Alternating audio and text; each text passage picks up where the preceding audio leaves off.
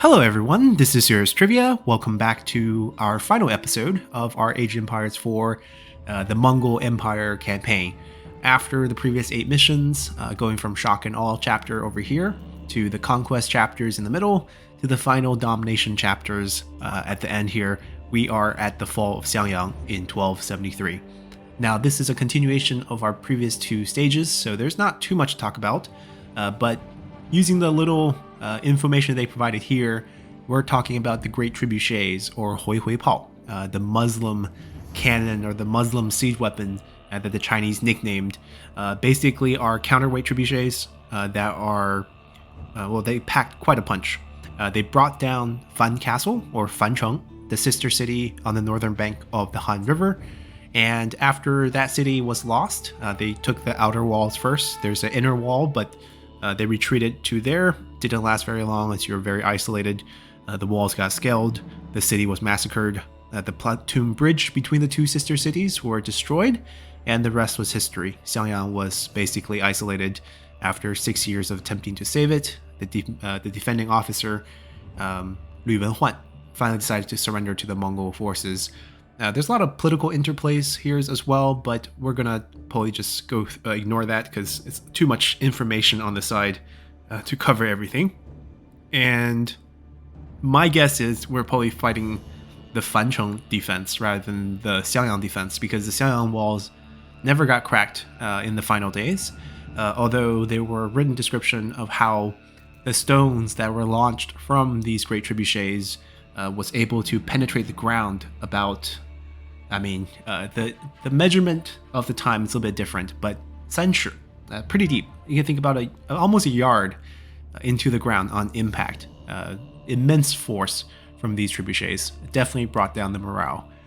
So let's see if we're going to actually get a couple control of it. I assume we will, consider how the Domination logo is the counterweight trebuchet.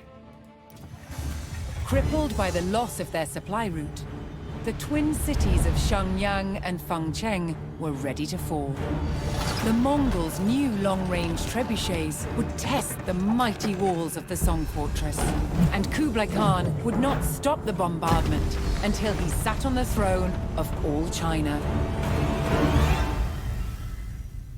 Yeah, looking at the image, we're attacking the northern sister city of Fancheng, so not technically Xiangyang, but it will bring down the city eventually with the surrender.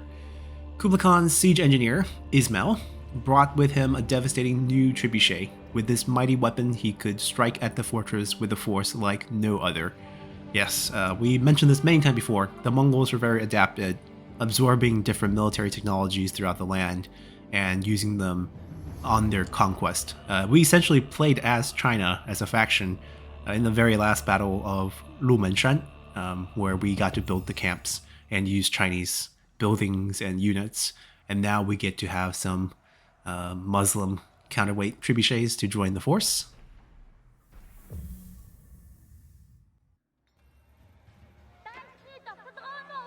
So we are attacking Fancheng. After years of resisting Kublai Khan's siege, Fancheng and Xiangyang still refused to submit to Mongol rule.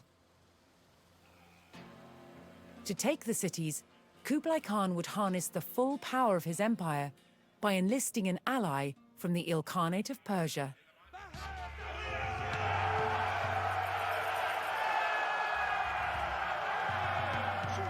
Ismail, a siege expert, would lead the Mongol army in the We need construction stone. of the Hui Hui Pao, see. an immensely powerful Build counterweight those. trebuchet.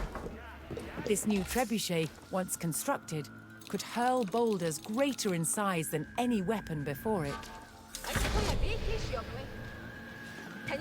Where's the gold? Where's the stone? We have During the stone. years-long siege, Kublai Khan had established lucrative trade routes There's a gold with there. Chinese market towns who swore loyalty to him. Although these trade partners were vulnerable to Song attacks, they could deliver valuable Okay. resources to fund Ismail's efforts. We can set up a couple more trade routes.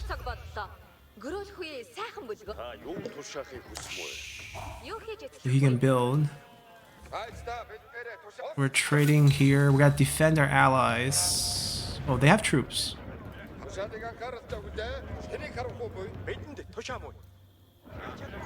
Guess we'll just garrison. Might need a couple more builders, actually. Are we not selected on the sheep? Kill the sheeps. 8 of you. 3 on wood. Where are they? Here. Alright, early gold is gonna go into the research for these.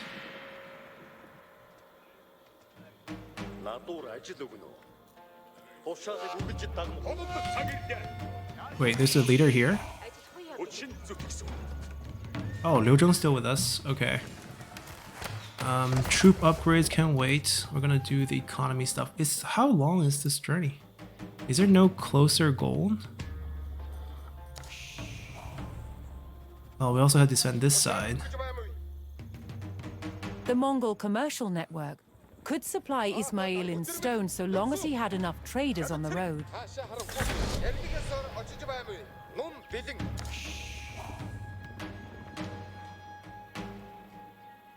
We might need to send a few more guys over. Just cheap archers. Let's do 4. And then cheap spearmen. That's our barrack. At least 2 here, I guess. But we probably want to build another outpost. Did he finish? Okay. Go get gold. Increase mining. Oh, there's a Gur here as well. You guys go get us the gold. 6, 7 on gold. Stone is passive. We need more.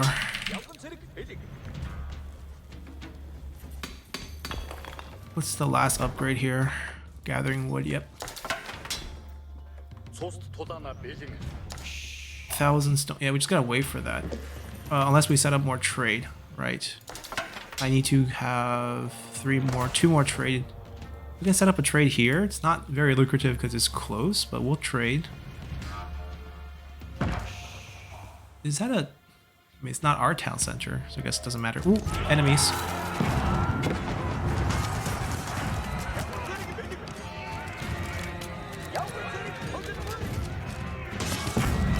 We need to build another tower thing here. Come on.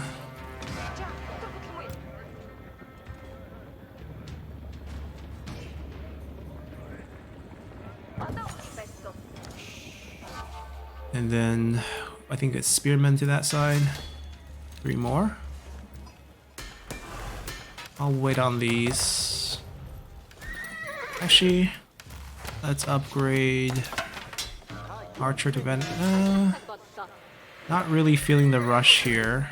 Maybe some blacksmith stuff first.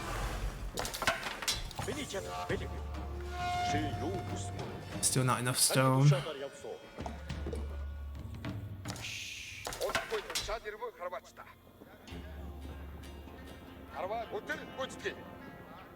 Do we need more here as well? Ooh.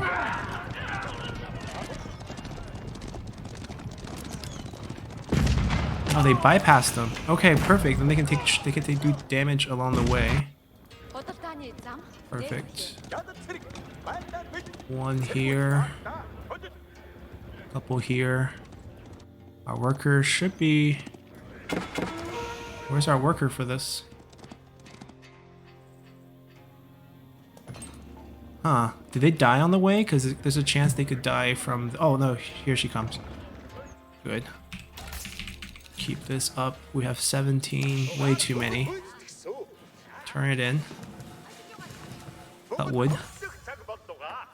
Iron wood. Probably need another pasture. Now we have... Nope, we still don't have enough stone. Still need to wait for trade. We need to set up 1 more trade route. Is there any more trade locations along the way? I don't see anything.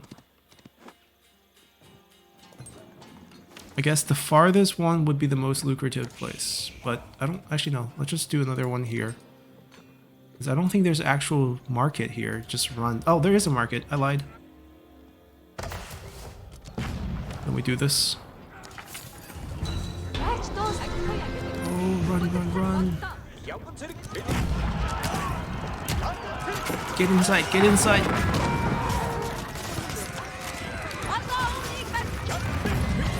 Okay. Fight. Send 3 more.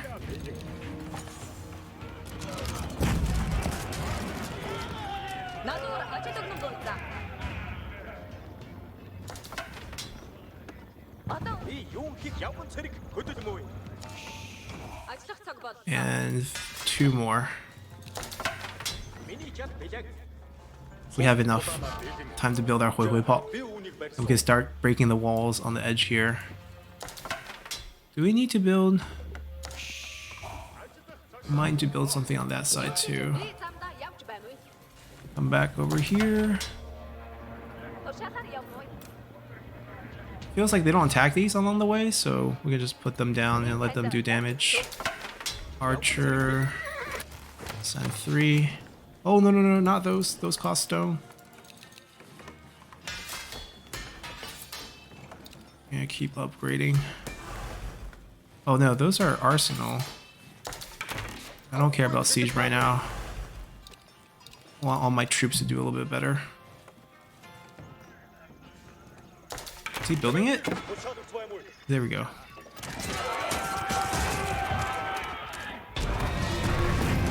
Siege engine is complete. With the counterweight trebuchet constructed, the Mongols could mount their assault on the twin cities. As Ismail's trebuchet had a far greater range than those of the Song defenders, the Mongols could attack from a safe distance.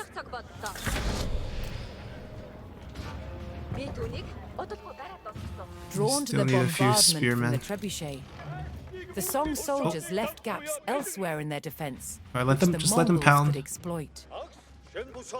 Imperial Falcon. Q? Ooh. Fancy. Wait. We can't be that close. We can't be that close. Fix it.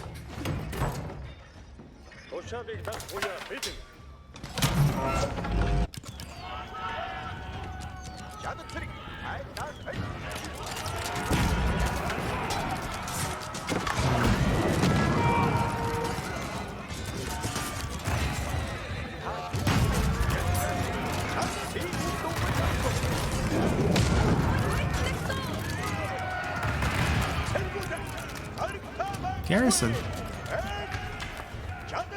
There we go.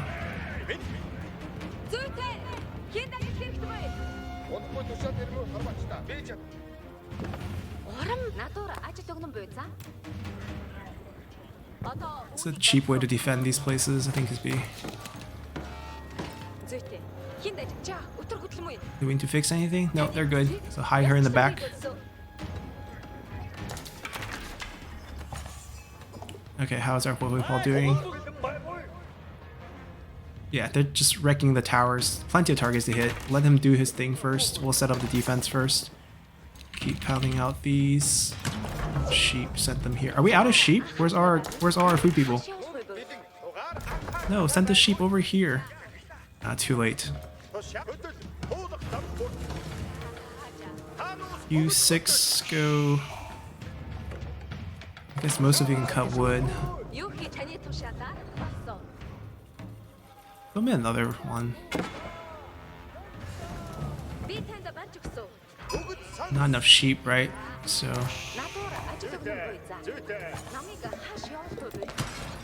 Build 2.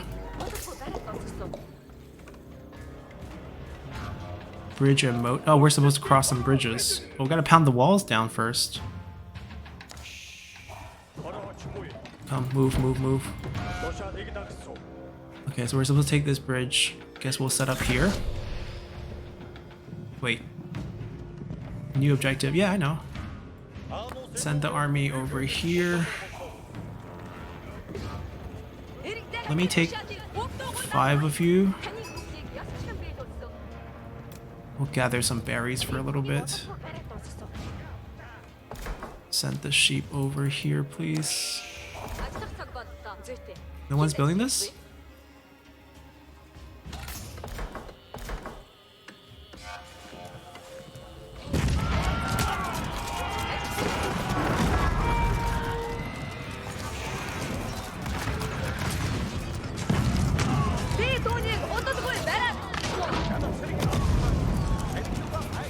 no! Wait, all the troops died.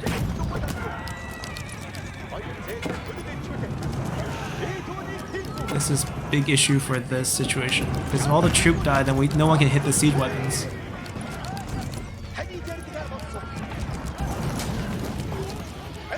At least they're busy with this. We need to come over here. We need someone to fix stuff.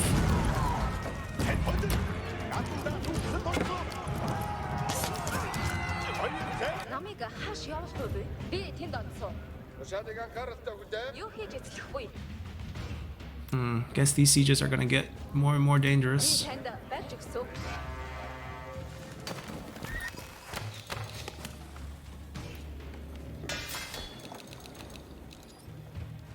That can wait. We don't need more premium troops. Is our Huihuipa working? Oh, they have no vision. Ismail. Falcon for us. There we go. Oh, oh.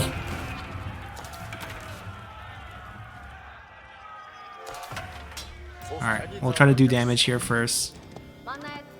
They're just trying to cut off our trade, which is a big problem. Is our worker here?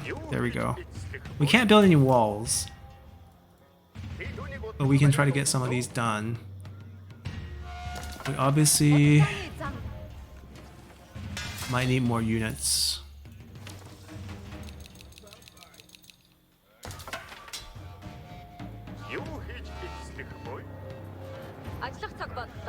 Archers.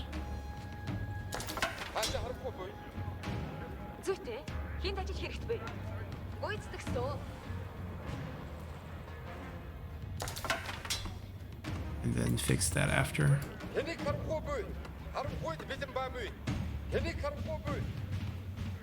Another wave. Run, run, run, run, run, run, run, run.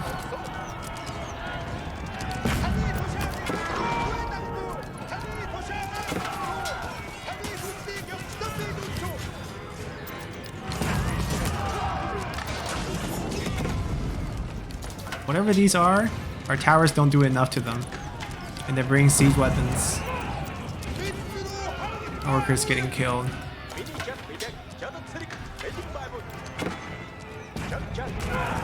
Go, go, go, go.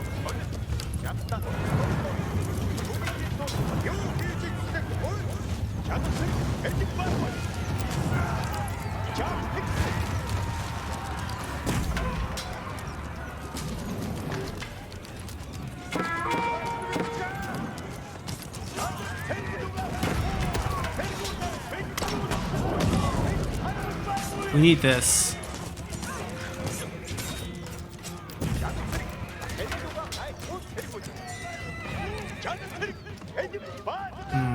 Things are looking pretty grim on this side. Oh, they're killing our units on the way. Our routing is wrong. Gotta route to here. Or else they're getting picked off.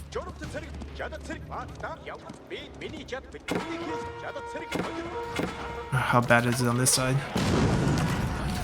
Oh, they killed the villager that was fixing. This side's still better because they kind of ignore most of these. They leave it while burning. Oh, we're out of gold. Is there still gold on the map? I don't think there is any more gold. We gotta trade for gold, I guess.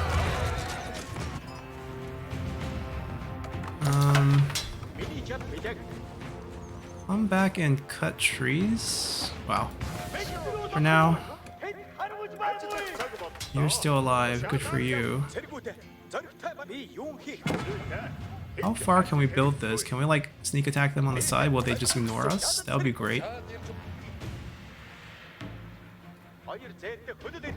Oh no!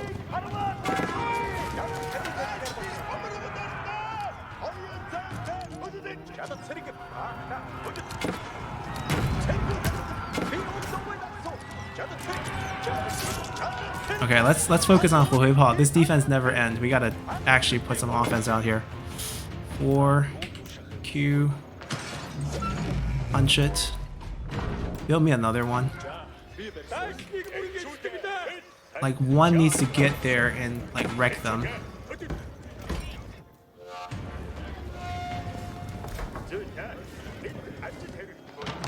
This trade might fall, yeah.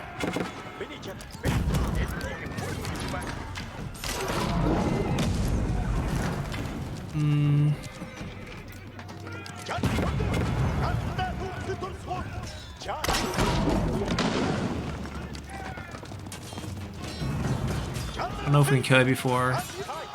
No, unfortunately we can't.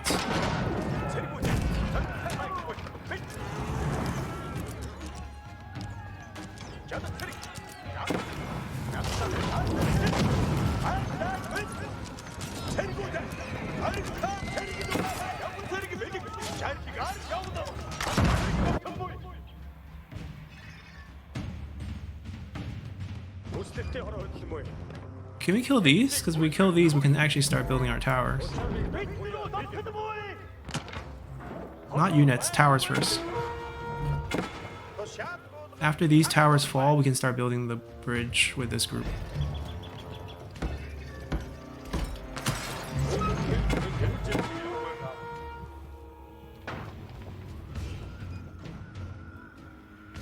Wait, why is he getting selected? Take it down. Yeah, I'm gonna ignore both trade. I think this is just not worth keeping them alive. I'm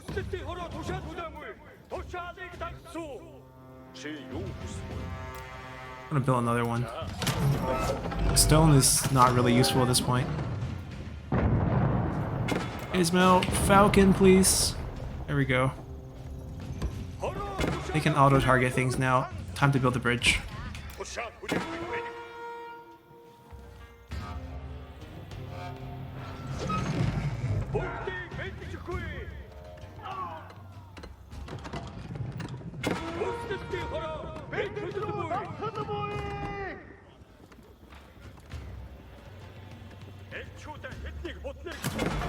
Perfect.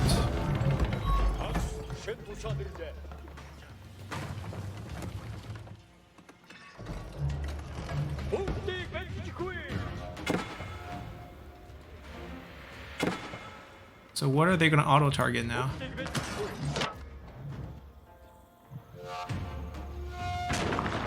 Houses? Come on, no. Break this wall. Stop the connection. Hold on on building it. Yeah, we lost this trade. It's okay. I can prevent some casualties though if I can stop the traders.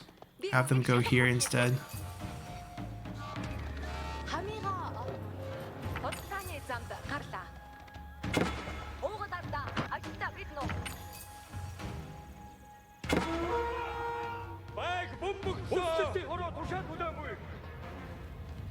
Oh, the units.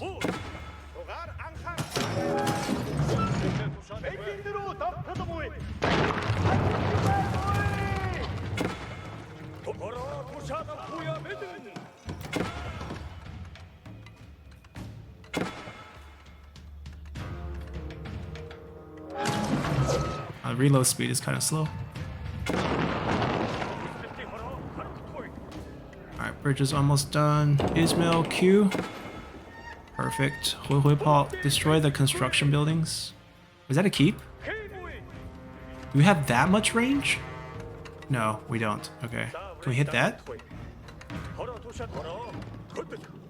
Song forces destroyed one of the market towns trading with Kublai Khan's army.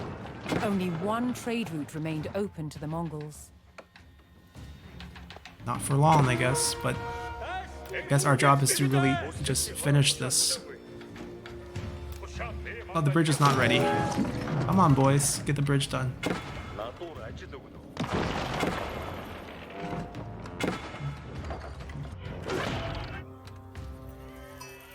Whoa. So many sheeps. When one of the bridges is done, they can move back and get the sheep. Wait, isn't Liuzhang also faster construction? Forgot about that. Come kill sheeps. Let's With go. the bridge rebuilt, We gotta keep the this doors done. to Fancheng were wide open. Set them up in here.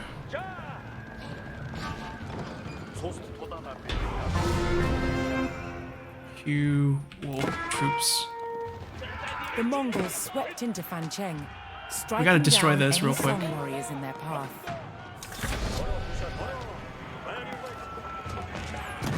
Just get rid of the keep and then we'll pull back and just protect the Hui Pao. And just use the Hui Pao to destroy this rest. We have enough stone to build another one.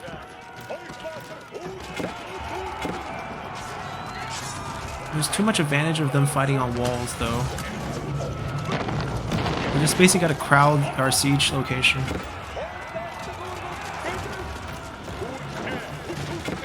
The crossbow's a little annoying. But they're drawing us deeper, which I don't want to go. So we almost want to just like lay back a little. They're all gonna die. These siege weapons, massive. Build a backup army right here. Use the stone.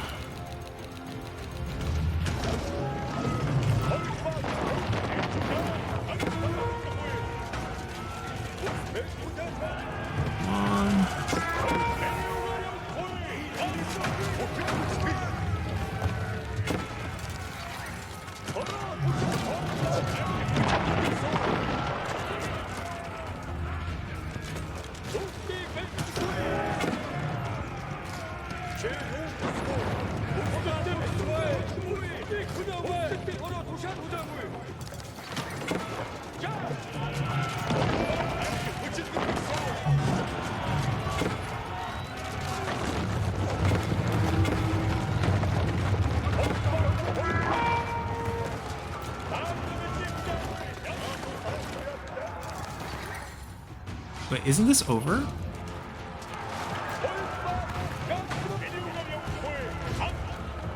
I'm gonna go fight that. 4 is gonna give us vision of that. And 2 is gonna punch this. I mean, there's still this town here. I guess we have to build this bridge. Break this. You break this.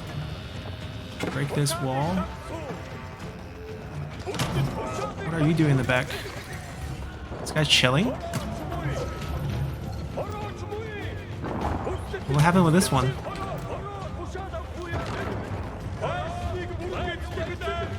Oh, that was quick.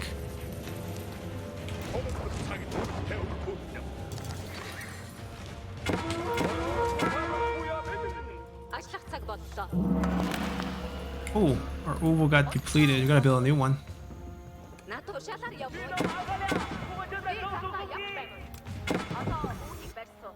I mean, I'm trying to build a defense setup here so that when the enemy cavalry gets here, we can fight them off.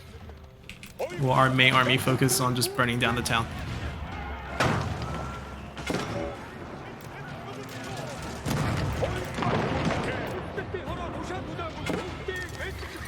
Set up over here.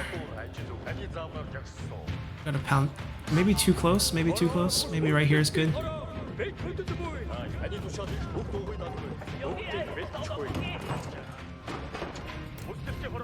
Break the gate.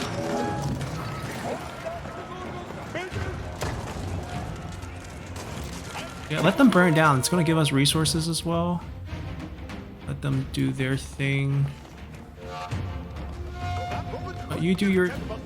You go trade your thing. I need a group of... Yeah, come back. Drop it off. And then go build this bridge for us. Q. 2. Break this. Survivors. Oh, there's stone and gold here. I go back to the Hui Pao. Come reinforce us. This one.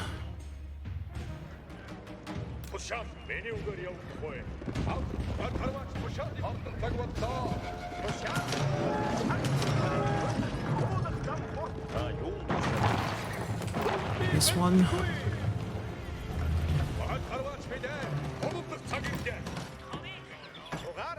Wait.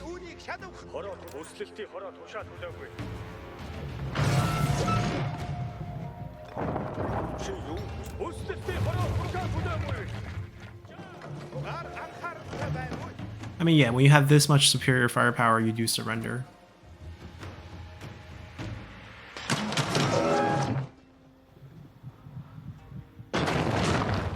Fix it. Don't come here. Oh, whoa, whoa, whoa, whoa. What? I have a fort. Bust that down, please. Yeah, someone gotta come revive him. There we go. We have one guy left. After years of holding out against the Mongols, the first of the twin cities finally fell to Kublai Khan's army. So this is Fancheng. All that now stood between Kublai Khan and the throne of China was the final stronghold of the Song, the city of Xiangyang. This never happened historically, but okay. With Xiangyang's gate undefended, the Mongols could now repair the connecting bridge to the Song stronghold. Pound them! Kill those units! Not gonna give them a With the fair city in fight. disarray, the Mongols were free to tear down the imperial palace. Why don't you actually build a gur for us here?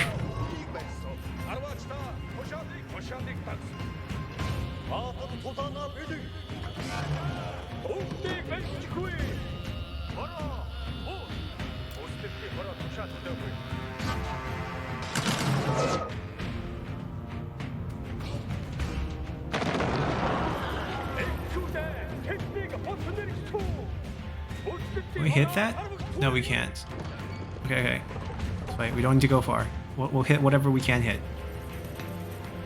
Did we finish? What's the auto target? Oh, units. Okay, that's good. You guys are all 2. Perfect. What are you doing?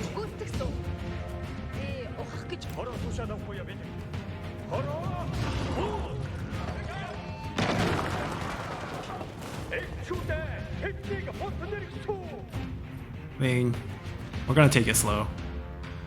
There's no rush.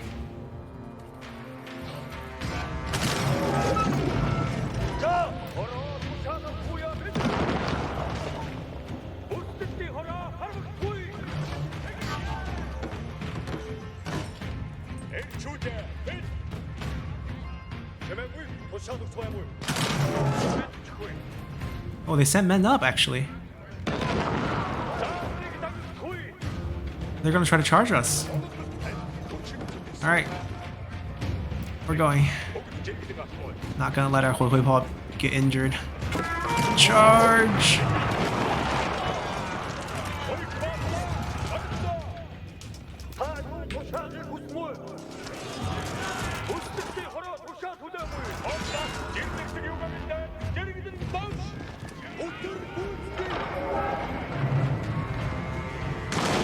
Oh, don't break our bridge.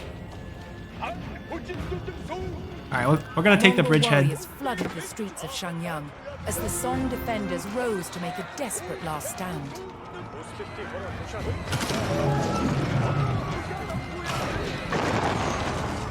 They have siege weapons.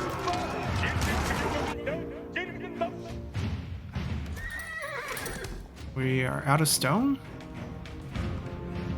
Oh, our Uwu... Oh, right. Our Uwu finished the production.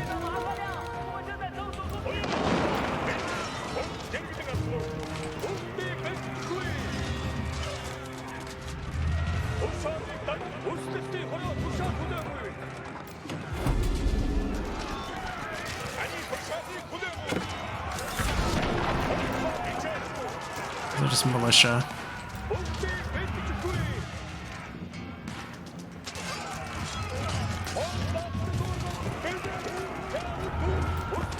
We're gonna set up our siege on this side.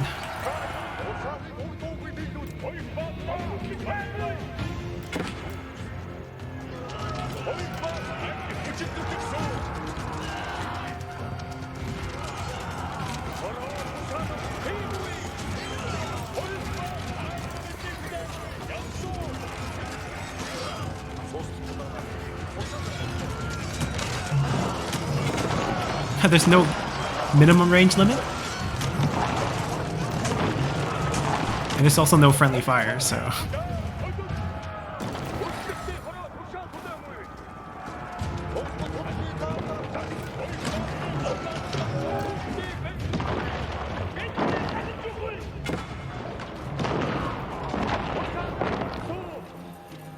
Where's the landmark that would... Oh, you feel the Imperial Palace is right there.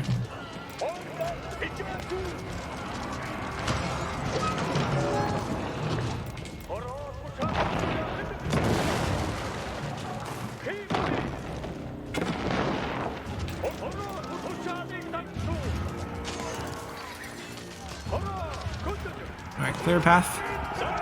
These are garrison.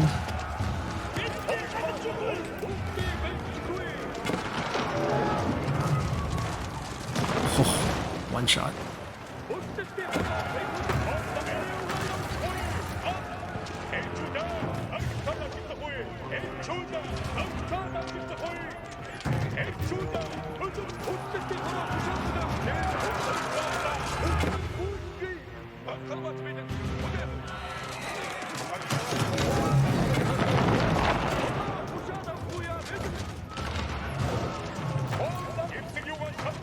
We don't have any melee cav left, it's all ranged. But we got much more firepower than they do.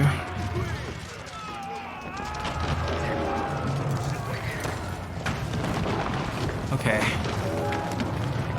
It's going down the next round.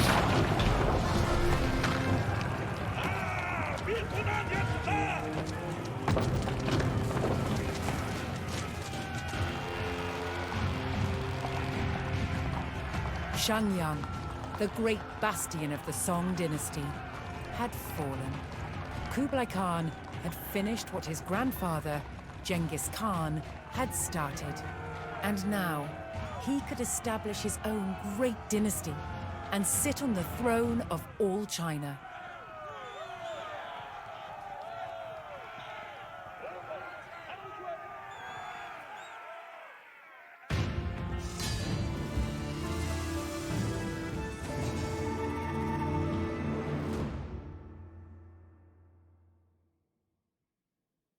Alrighty, so let's see what we have. Mongol capitals, page from history. In just 2 centuries of conquest and adaptation, the Mongol way of life evolved dramatically. Traditionally a nomadic population, they adopted permanent structures and even capital cities. The old Mongolian capital at Karakorum grew from a collection of gurs into a walled city with its own palace. Its courtyards built around the gleaming silver fountain that dispensed mare's milk and wine. Genghis Khan's descendant captured the Rusland and chose Sarai as the capital of the Golden Horde, and the great city of Zhongdu became Kambali, Yuandadu is what we call it in Chinese, city of the Khans, and the seat of Kublai Khan's own Yuan dynasty. Despite embracing the grandeur of cities and the comfort of indoor living, the Mongols' nomadic heritage would always be close at hand. Within the city walls, a ring of traditional gur would be found, standing as a link to the roots of their legacy. Now, unfortunately for the Yuan dynasty, it's a rather short one in Chinese history. I mean, it lasted close to 100 years, but in comparison to most dynasties, it's on the short side of being the few who did not survive over 100 years.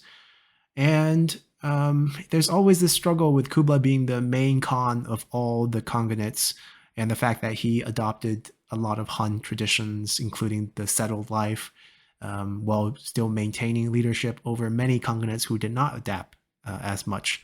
So definitely fracturing in the entire Mongol Empire, especially till Kublai Khan's time. And we get the legacy of the Mongols. Good place to end things.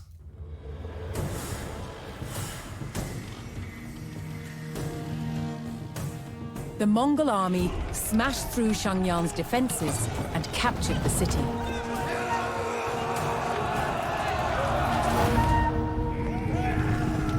Kublai Khan then pursued the remnants of the Song dynasty across southern China. In 1279, at the Battle of Yamen, the Mongols destroyed the last defenders of the Song. Kublai Khan now ruled over all China, founding the Yuan dynasty.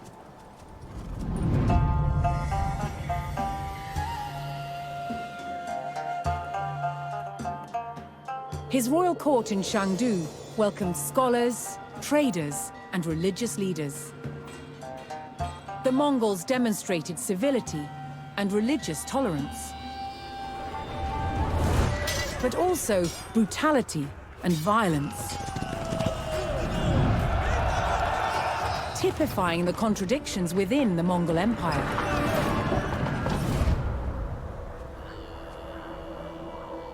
Since Genghis Khan first united the Mongolian tribes, they had made incredible advances in technology and trade.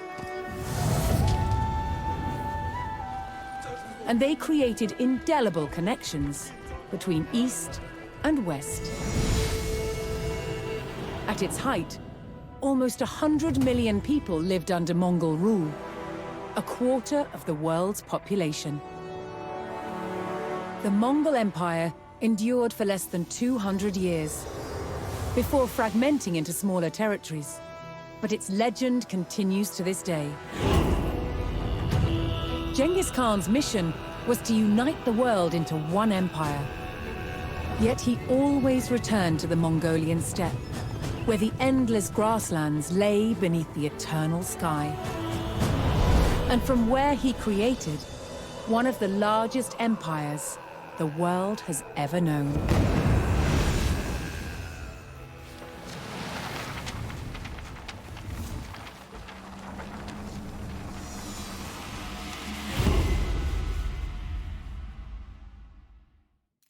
Alrighty, a lovely conclusion to our campaign here.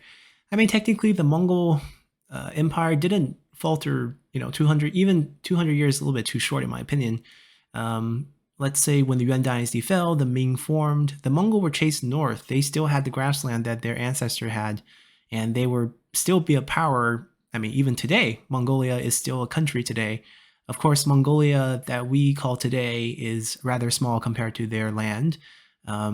I think most of that has to do with post-World War II division within the Mongol tribes. There's the Upper Mongol tribe, which felt closer to Russian traditions, and they eventually became part of the Soviet Union at the time. There is the Inner Mongolia that China refers to, which is the southern Mongolian land, which felt closer to the Chinese traditions, and they became a province in China. And then you have the slice in the middle, which is what we call Mongolia today. They, went on till modern times, so I don't think they ever faltered. Definitely not in the glory days of the past, and their influences from many different cultures still has a great impact. Just from my hometown, I'm from Beijing. We call the lakes in Beijing Hai, because the Mongolian language of Haizi is what they call lake, even though in Chinese Hai would mean the sea. But it's a tradition that's left over. The layout of the capital of Beijing, I mean, you can source it back to Jin Dynasty and Liao Dynasty, but Yuan Dadu, the way the Yuan Dynasty structured the capital, had a huge impact on how the Ming built their capital on Beijing today as well. And the court structures, I think this is the defining moment of the Chinese dynasty system between the shared powers between the emperor and the prime minister and the court. Went through a very long period of imbalance after this, because previously Tang, Song, Han, it's a shared rule between the prime ministers and the emperor. Let's say the emperor sends out an edict and the prime minister disagrees with it, they could refuse to send out the edict and pass the law. So there is a power share between the prime minister position and the rest of the imperial court with the emperor. Even though the emperor is still quite powerful, he shared the rule of the country. Sure, there are attempts by the emperor to dissolve the power of the prime minister by assigning multiple prime ministers, whether it's multiple grand excellencies, in order to make your own power feel bigger because you're dividing the other half of the power. But when the Mongols took over and formed the Yuan dynasty, even though they kept much of the Chinese court structures, court systems, merit exams, everything was kept the same. They used a lot of Chinese scholars in the courts as well. The emperor would be, holding dominion over everyone else. Everyone else to him is his subject. And that tradition stayed, even though the Mongol were chased out by the Ming dynasty. The emperor became immensely more powerful. And then it continued during the Qing dynasty, which is another nomadic tribe, the Manchus, who would come in and invade and become emperors. So the subject and emperor position stayed at this imbalance from the period on. So a lot of the shows and movies you see where the emperor is immensely powerful, that is only the case after the Yuan dynasty. Before that, the emperor had much less power and had to share the rule of the court with the officials in the court. Anyhow, hopefully you guys enjoyed this one. We will take a break from Age of Empires for a little bit. I believe we have a shift in the schedule. I'm going to shift the Age of Empires series to the 8 p.m. schedule or 9 p.m. schedule, but that's going to be after the current Humankind series finishes. But we'll go back and play all the other campaigns in the game and also do a bit of learn through history, or learn the history through playing. Hopefully you guys enjoy this one, and we'll see you all next time. Bye.